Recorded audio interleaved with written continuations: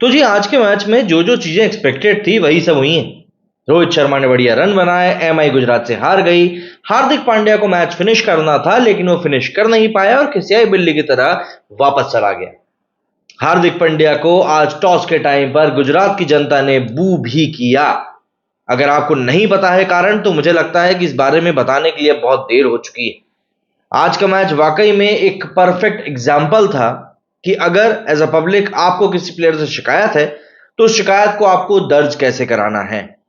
हार्दिक पांड्या न सिर्फ ये मैच हारे हैं, बल्कि जिस तरीके से हारे हैं ना, वो साफ तौर पर दिखाता है कि अभी भी भाई साहब के अंदर कहीं ना कहीं एरोगेंस का एक कीड़ा बैठा हुआ है।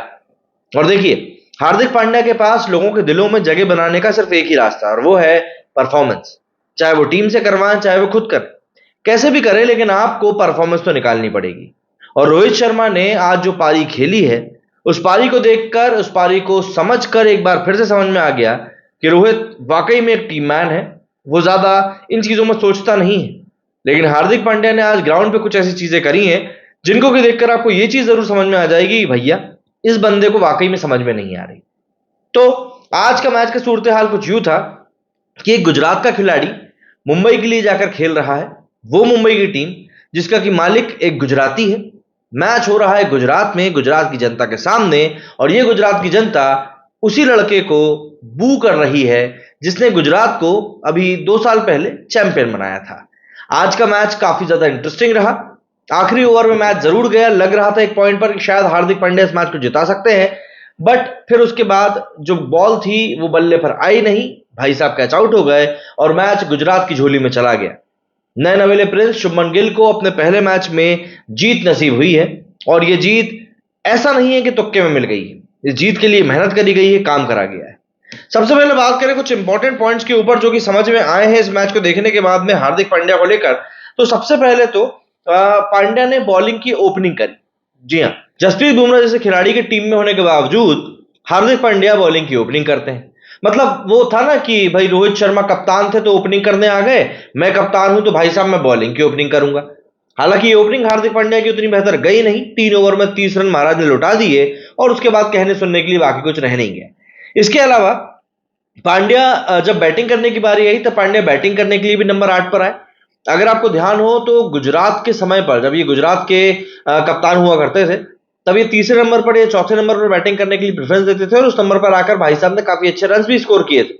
बट यहां मुंबई में आते ही ऐसा लग रहा है कि सबके तारनहार बन गए हैं, या यूं कहे कि एक वो दिखावा नहीं होता कि हमको तो दिखाना है कि साहब हम सब प्लेयर्स का सोच रहे हैं, कुछ वैसा ही यहां पर चल रहा था। और इसीलिए यहां पर हार्दिक पांड्या ने इतने लोगों को प्रमोट कर दिया।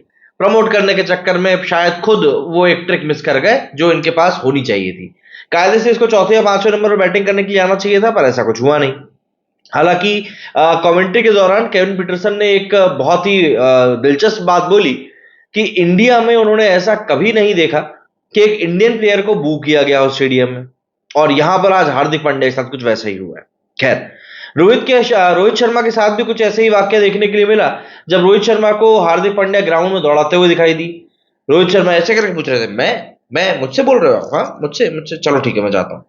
तो ऐसे रोहित शर्मा को इनर सर्कल से बाउंड्री की तरफ भगाते हुए दिखाई दिए पांड्या। हालांकि ये कोई ऐसी बहुत बड़ी बात नहीं है, बट अगर T20 वर्ल्ड कप में हार्दिक पांड्या ज्यादा जरूरत से ज्यादा भागते हुए दिखें तो फिर आप रोहित शर्मा की तरफ ना ही देखें तो बेहतर रहेगा।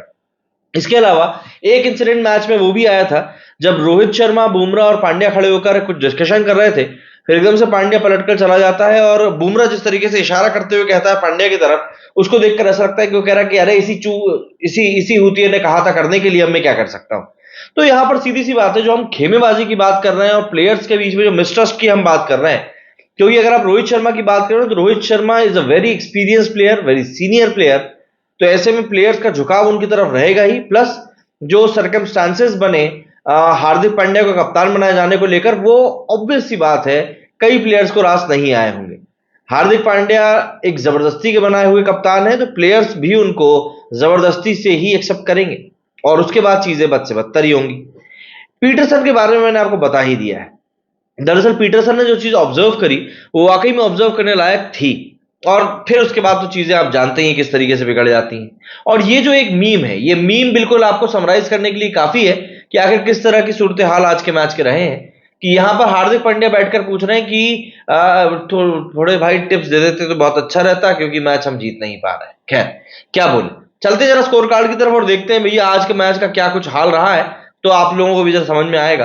तो सीन कुछ यूं रहा कि पब्लिक से बू होते हुए हार्दिक पांड्या ने टॉस जीता और पहले मतलब क्या करने का फैसला किया था भैया, पहले बॉलिंग करने का फैसला किया था। जाहिर सी बात है फैसला गलत साबित हुआ, क्योंकि अब तो मैच ही हार गए।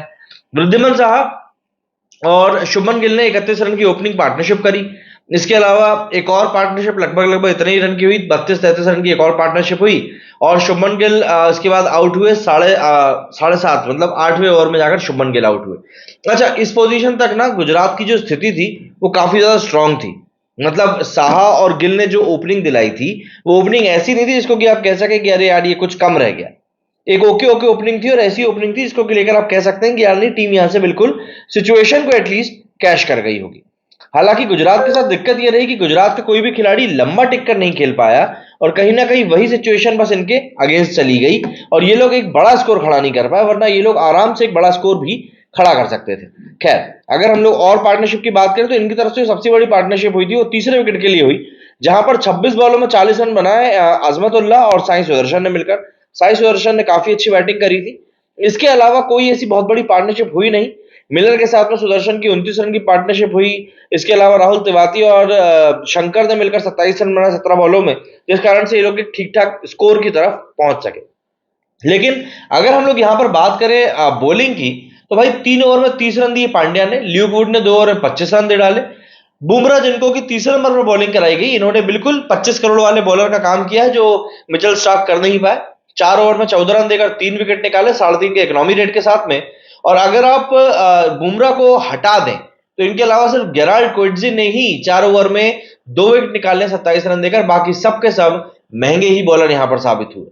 बात करें मुंबई इंडियंस की बैटिंग की, तो मुंबई इंडियंस की तरफ से जो बैटिंग निकलकर सामने आई उसमें सिर्फ एक पार्टनरशिप ही अच्छी हो पाई। ये पार्टनरशिप हुई थी रोहित शर्मा और ब्रेविस के बीच में, 55 बॉलों में 77 रन की।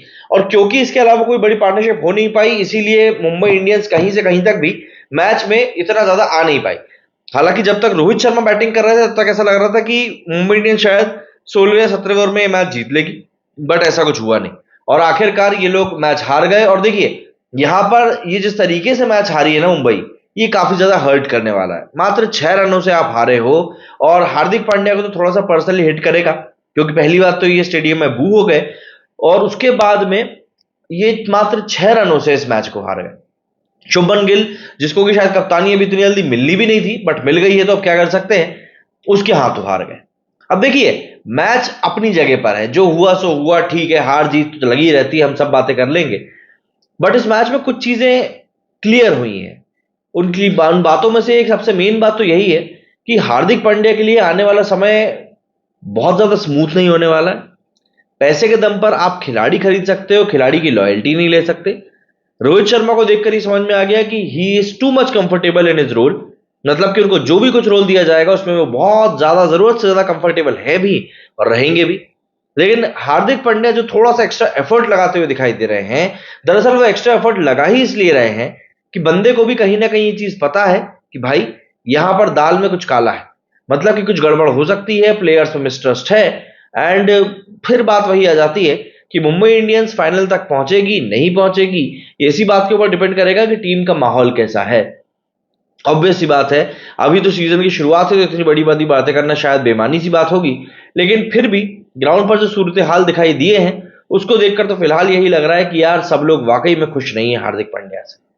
लेकिन शुभमन गिल की कप्तानी को लेकर आपका कुछ कहना है, वही कमेंट करके जरूर बताइएगा।